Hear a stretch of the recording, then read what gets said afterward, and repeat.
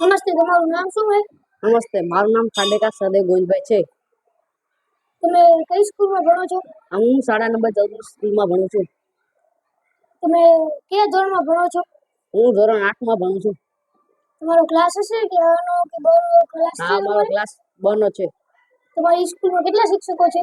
અમારી સ્કૂલમાં 7 શિક્ષકો છે. તમારી પરીક્ષા ક્યારથી ચાલુ થાય છે? અમારી પરીક્ષા 17/10 થાય છે ચાલુ. તમે પરીક્ષાની કેવી રીતે તૈયારી કરો? તમે પરીક્ષાથી ગભરાઓ છો? હા. તમારી પરીક્ષાની તૈયારી કેવી ચાલે છે?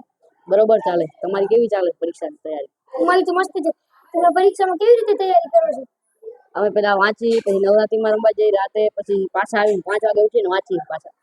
પરીક્ષાની તૈયારી કરતી નવરાત્રીમાં તમે વાંચો કે ખાલી નવરાત્રીમાં રમવા જાઓ? વાંચીને રમી બે કરી. રમવાનું ને વાંચવાનું બી ગુડ છે. તમારી પહેલી પરીક્ષા કઈ? અમારી પહેલી પરીક્ષા ગુજરાતીની છે.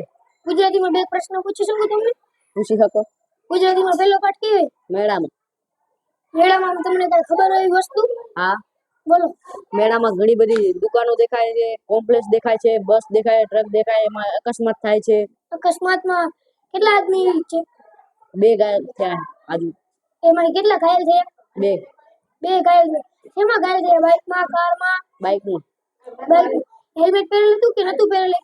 એકે હેલ્મેટ પહેરેલું હતું, એકે નથી પહેરેલું. આપણને હેલ્મેટ પહેરવાથી શું ફાયદો થાય? તમને શું શીખવા મળે પાઠમાંથી?